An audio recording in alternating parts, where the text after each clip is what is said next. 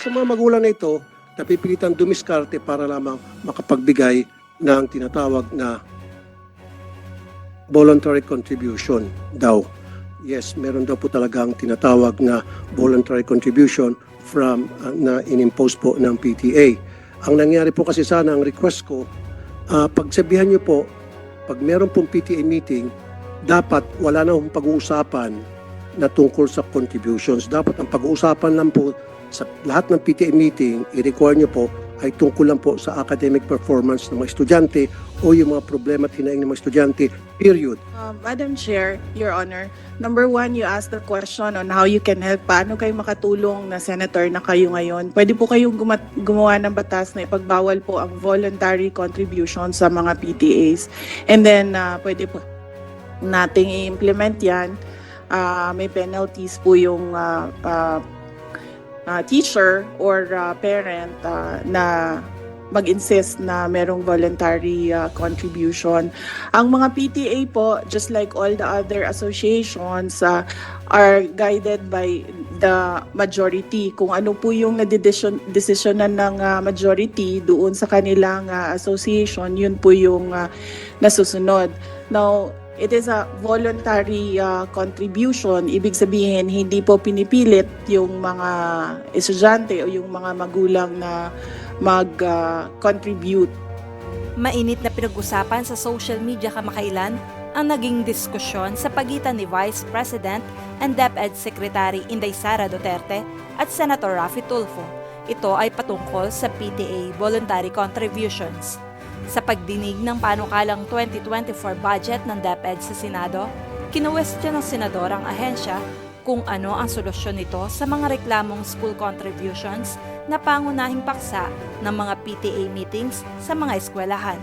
Ayon sa senador, may sapat na pondo ang DepEd para sa maintenance and other operating expenses ng bawat paaralan at hindi na kailangan pang humingi ng kontribusyon mula sa mga estudyante. Buwelta naman ni Vice President Sara Duterte, bagamat voluntaryo ang kontribusyon, may magagawa naman daw ang senador na pwede nilang ma-implement upang managot ang mga teachers and parents na mag-i-insist na magkaroon ng voluntary contributions. Maaari naman daw gumawa ng batas ang senador na nagbabawal dito sa mga paaralan gayong nasa Senado na ito. Paalala pa ni Duterte, may policy na ang ahensya na ipinagbabawal ang anumang kontribusyon. Matatanda ang kamakailan, nanguna sina Vice President Sara Duterte at Senator Raffy Tulfo sa ginawang presidential survey for 2028 presidential elections.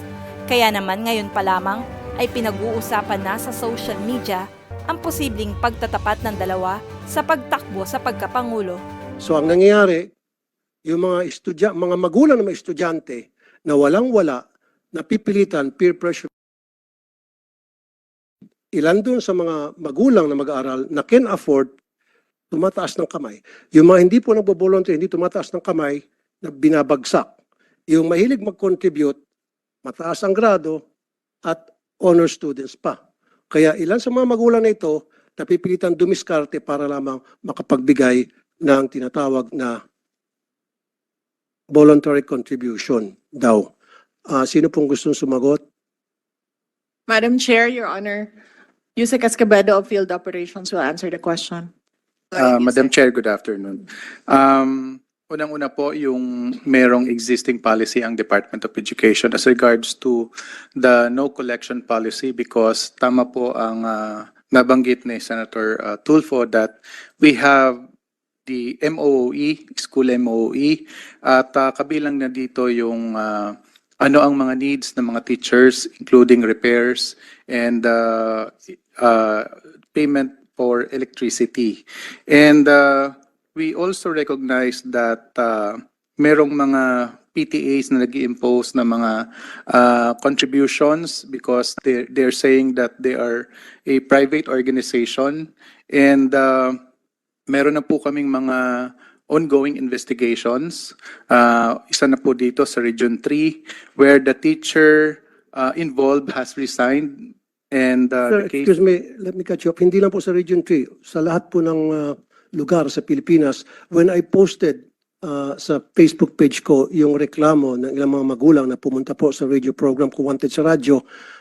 Binaha po ako ng mga comments from parents all over the country stating that pati sila sa kanilang eskwelahan, yes, meron daw po talagang tinatawag na voluntary contribution from na inimpose po ng PTA.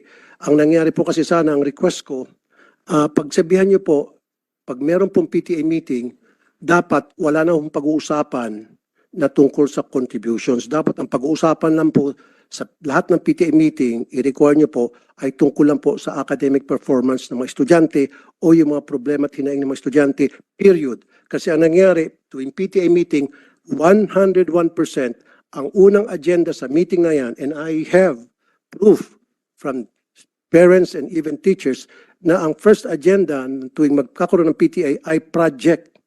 Ano ang pwede natin magawang project sa eskwelahan? Repair para sa CR. Varnish para sa silya na nasisira na. Bili tayo ng chalk, bili tayo ng floor wax, bili tayo ng ganito, ganon, ganon. Ang mga estudyante na walang pang contribute, kuminsan pinapahiya pa, nilalagay pa po sa group chat. Ito, nag-contribute na si Juan, si Mario, si Pedro. However, si Rolando hindi pa nag-contribute, si Petra hindi pa nag-contribute. So napapahiya yung mga hindi pa napapag-contribute na nape-pressure po. In some cases, itong mga magulang, baka natututo pa magnakaw para hindi lang mapahiya yung kanilang mga anak. And meron po akong proof tungkol dyan. And in fairness po sa inyo, this has been going on for many years. Even as far back as yung administration pa po, I can remember Brother Armin Luistro. In fact, nag-away pa kami on air niya sa Wanted sa radyo because ayaw niya maniwala hanggang sa pinadalahan ko siya ng mga reklamo and nakita niya po na talagang valid and then nag-issue po siya ng memo na stop na yung contribution, voluntary contribution. After a few months, nagsibalikan din po hanggang ngayon. So is there a way na talagang once and for all, since senador na po ako, because I promise na once ako'y maging senador, I'll put a stop of this nonsense. Nung ako po'y wanted sa radyo na broadcaster, of course wala po akong magawa. All I can do is call the authorities and tell them, hey, we have complaints pertaining to this and that. Now that I'm senator and they elected and voted me para mabigyan solusyon itong problema ito na mga magulang mag-aral, I have to do something to put a stop to these problems once and for all.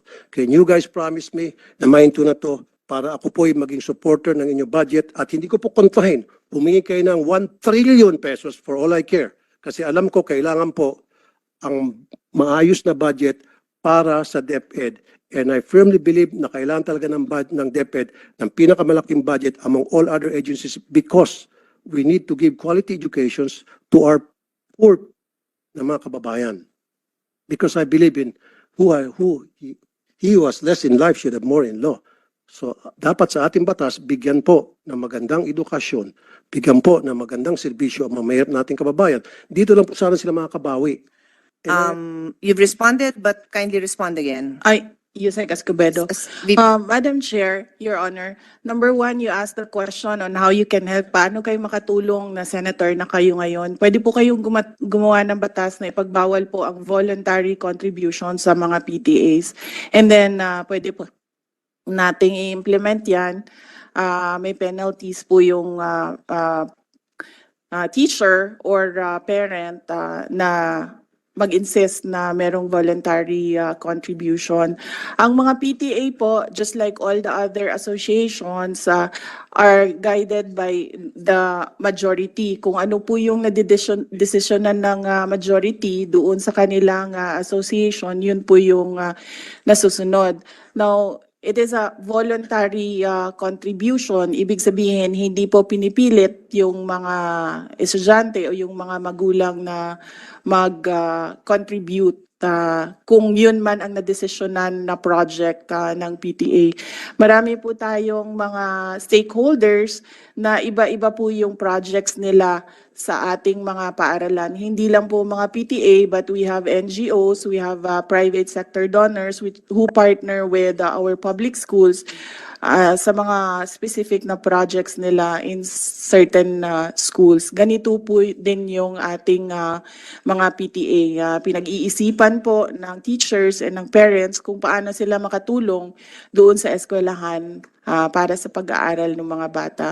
But then again, as I said, these are voluntary contributions. Pwede po nating ipagbawal, gagawa po tayo ng batas para po merong penalty. Madam Chair, pwedeng konti na lamang. Una-una, wala pong kapangyarihan na para ipatigil yan. Pero however, meron pong kapangyarihan ng DepEd na para ipatigil po yung tinatawag na voluntary contributions sa PTA. Now, doon sa questions ko, hindi pa ata nasasagot. Pwede ba pakisabi sa akin paano po na-disburse yung pong MOE? Especially dun sa mga chalks, sa mga electric funds. Electric funds palagi every year yan. Talamak na talamak. Janitorial, security, repair, CR, varnish. Paano po na-distribute from DepEd hanggang sa pagdating sa eskwelahan? Paano nakakarating po yung mga MOE, sir? Meron po tayong listahan kung saan po pwedeng gamitin yung school MOE. At yung sinasabi niyo pong chalk allowance, meron pong cash allowance ang mga teachers. At ito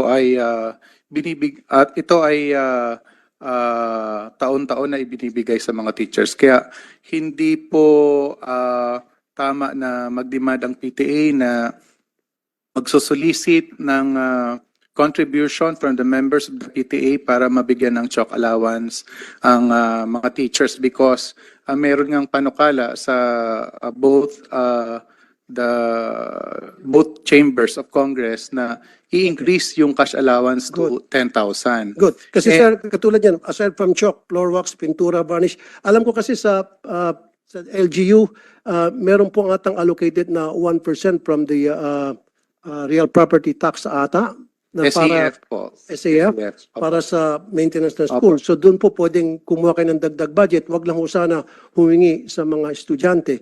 Kasi nga talaga sir, every single year, palagi pong kasama doon sa paghingi ng contribution ng electric fund. So bakit po kinakailangan ang mga estudyante ang mag-shoulder ng electric fund ng bawat classroom? Sir. Yes, opo sir. Magkakaroon po kami ng, maglalabas kami ng memorandum and directive to all our schools. Yusek Escobedo. Yes, VP, go ahead. Yes, Madam Chair, Your Honor, we take note of your advice. You don't answer, you don't sign department orders. We take note of your comments, Your Honor. Thank you, but Your Honor, they must answer these questions because itong question ko po, galing po to sa mga magulang na mag-aaral. Kasi po, I told them na hayaan nyo pagdating doon sa hearing, sa budget, i-raise ko to. Kung Yes. hindi nyo ako pagsasalitain dito, then, Pinagsasalita naman po kayo. hindi kasi sinasabi, wag daw sagutin. Hindi, the VP would like to be the one to answer the Okay, question. thank you. That's my understanding. No, I'm just Thank you, moderating Madam. for everybody. Like I The said, VP wanted to answer instead of her USEC. like I said, supporter po ako. Hindi ko po questionin yung budget. Ayaw ko pong bawasan. In fact, I'd like to put it on record, kung dadagdagan pa yung budget ng DepEd, I will support. Kaya lang, kailangan ko lang po ng mga kasagutan sa ilang katanungan ng mga magulang na mag-aaral. I don't have anything against. In fact, Yeah. confidential fund na marami nagka-question, I don't give a heck about that. Walang pakialam dyan. Ang pakialam ko talaga, yung hinaing ng mga magulang. Yun lang po talaga. So, paki-answer lang po. Kung sino sanang gusto If I may, Senator Raffy, the Secretary took the floor earlier and responded that ang suggestion po niya, and correct me if I'm wrong, my understanding from the Secretary is that she said what you could do, because you were asking what you could do now that you're a senator, is to pass a law that would prevent that. Because as far as DepEd is concerned, they have already issued the memorandums that prohibit contributions. Pero yung gustong gawin ng PTA, ng parents, my understanding is that's out of your hands. No, that's out of your hands what the PTA would like to do. Although, I think maybe an assurance that hindi nyo naman ini-encourage talaga yon, di ba? It's not encouraged, you cannot, they do not mandate it, they follow that. That's my understanding. Madam Chair, okay, ano kaya tuwing magkaroon ng PTA meeting, nandoon po yung taga DepEd para i-monitor yung proceedings ng meeting, para pagsabihin ng DepEd, hey, meron na kami memo dyan na bawal ang pag-uusapan ng project, umayos-ayos kayo, ang pag-uusapan nyo lang academic performance ng estudyante. Is that fair enough? PTA ho means parent-teacher. So may teacher ho na present doon. Yes, may And- teachers na present. At Yun principal pa kuminsan.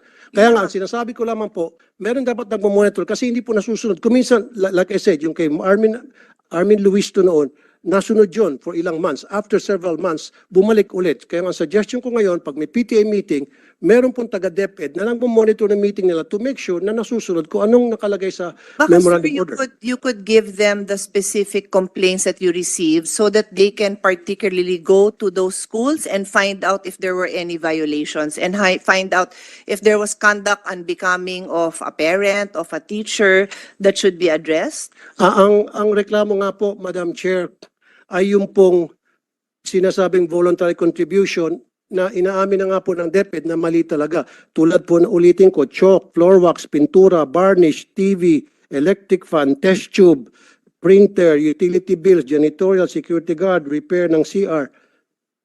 Ito po ay mga reklamo and documented po ito.